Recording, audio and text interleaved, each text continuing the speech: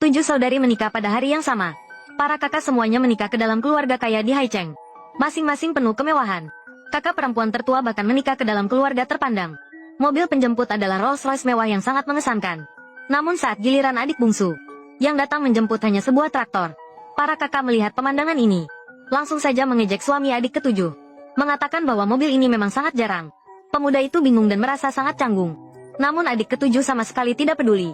Dia dengan tegas menyatakan bahwa dia bersedia menikah dengannya. Semua orang berpikir, adik ketujuh sekarang betul-betul berbeda dari para kakak. Namun yang tidak mereka ketahui adalah identitas asli pemuda tersebut ternyata adalah pewaris orang terkaya di Jiangcheng. Karena kedua istri kakaknya menikah karena harta. Setelah mengetahui keadaan keluarga, mereka kabur dengan membawa uang orang tuanya agar dia tidak mengulangi kesalahan yang sama. Inilah yang membuatnya berpura-pura miskin saat menjemput pengantin. Adik ketujuh yang tidak tahu mengikuti pemuda itu pulang ke rumah.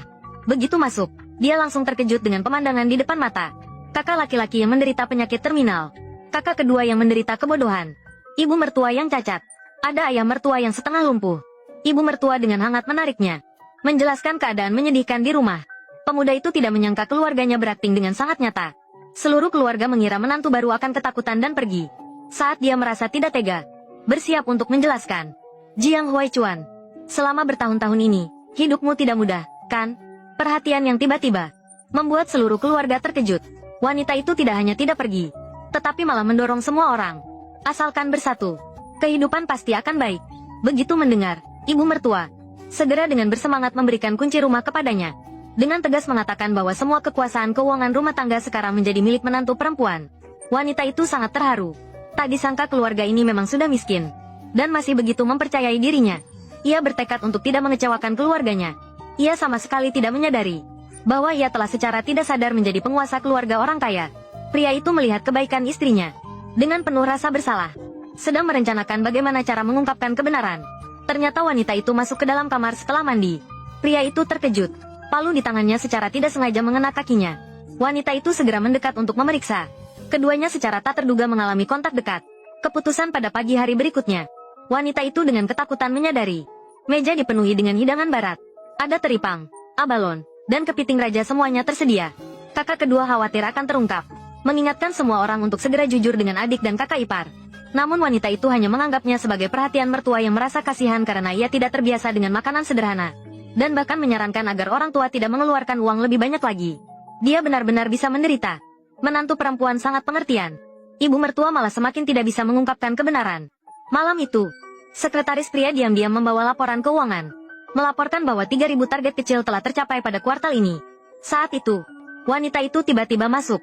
Ibu buru-buru berdusta bahwa sekretaris datang untuk menyelidiki bantuan sosial. Pria itu juga segera menyembunyikan laporan itu di dalam rumah. Wanita itu tidak berpikir banyak. Dia bahkan memberitahu keluarganya bahwa dia akan bekerja keras untuk menghidupi keluarga besok. Keesokan harinya, dia pergi ke jalan untuk membagikan selebaran. Keluarga merasa terharu dan juga sakit hati. Segera mengatur orang untuk secara aktif mengambil selebaran. Saat dia tiba di toko perhiasan untuk bekerja, dia juga meminta orang untuk menghabiskan perhiasan. Wanita yang naif hanya merasa orang-orang di sini memang terlalu ramah. Setelah pulang kerja, wanita itu membagikan uang yang diperoleh kepada keluarganya. Dia juga menyimpan bagiannya, mempersiapkan untuk menghias rumah di kemudian hari. Ibu mertua hampir meneteskan air mata karena terharu. Ayah mertua juga terus-menerus menunjukkan gestur 666 sebagai pujian. Menunggu wanita tertidur nyenyak, satu keluarga diam-diam mengadakan rapat keluarga. Ingin jujur tetapi takut membuatnya marah. Saat itu, sekretaris tiba-tiba memikirkan ide yang bagus. Besok ada lelang internasional yang akan diadakan di hotel milik kelompok Jiang kami. Setelah Anda pergi, Tuan Jiang, ambil saja berlian pink besar yang satu-satunya di dunia itu dan berikan kepada nona muda. Mungkin itu bisa meredakan kemarahannya. Apakah ini berhasil? Sebuah batu pecah. Adik ketujuh juga belum tentu menyukainya. Tapi, kita harus mencobanya. Pada hari lelang, wanita itu masuk ke dalam ruangan sebagai pelayan.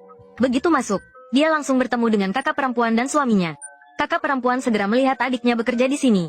Langsung memamerkan cincin pernikahan di tangannya. Dan dengan angkuh berkata, hari ini kita akan tinggal di suite termahal di sini. Tapi wanita itu tahu betul. Keluarga suami kakak perempuan sudah lama terjebak utang. Hampir bangkrut. Hari ini hanya berpura-pura kaya. Dia segera meminta rekan kerjanya untuk memesan kamar termahal untuk mereka. Suami kakak perempuan tertua segera melambaikan tangan dan mengatakan tidak perlu. Dia sudah memesan hotel sebelah untuk 1 malam di ruangan 51. Tidak menyangka suami kakak perempuan tertua begitu hemat. Kakak perempuan tertua hendak membuka suara untuk membantah. Tiba-tiba sebaris mobil mewah melaju di luar pintu. Orang yang datang adalah pangeran muda kota Haicheng yang memegang kendali ekonomi Haicheng. Dan wanita itu tidak tahu. Pangeran ini adalah suaminya. Dia baru saja ingin mendekat untuk melihat. Namun dia secara tidak sengaja terjatuh ke tanah karena ditabrak seseorang. Kemudian wanita itu kembali ke tempat pertemuan. Banyak orang melihat dan mulai memperdebatkan. Mengejek kedua saudara perempuan, satu di surga dan satu di bawah. Kakak perempuan menikah dengan keluarga kaya. Sementara adik perempuannya hanya bisa menjadi pelayan. Melihat wajah kakak perempuan yang penuh kepuasan, wanita itu malas untuk memperdulikannya. Dia berbalik dan bersiap untuk pergi. Tetapi kakak perempuan tertua sengaja memanggilnya untuk berhenti. Apakah kakak perempuan tertua masih ada urusan? Siapa yang merendahkan kakak perempuanmu? Menikah dengan orang yang begitu hina? Aku tidak punya adik seperti kamu. Suamiku menghasilkan uang dengan tangannya sendiri. Kenapa itu dianggap hina? Justru kamu yang langsung mengeluarkan makian. Apakah itu dianggap mulia? Sekretaris melihat adegan ini. Segera menelepon pria itu. Keluarga orang terkaya mendengar kabar tersebut. Seketika menghilangkan topeng mereka. Segera berangkat menuju lokasi lelang. Sementara itu, kakak perempuan sudah mengendalikan wanita itu dengan kuat. Berjanji hari ini akan mempermalukannya di hadapan umum. Membuatnya tidak bisa mengangkat kepala selamanya. Di tengah kekacauan, kunci rumah yang diberikan ibu mertuanya jatuh. Wanita itu panik seketika. Segera memohon kepada kakak untuk mengembalikan kunci itu. Mengatakan bahwa ini sangat penting baginya. Namun kakak perempuan menarik rambutnya. Mengangkat kunci itu. Sungguh berani ingin mencungkil matanya. Betapa beraninya. Siapa yang berani mengganggu orang-orang keluarga Jiang?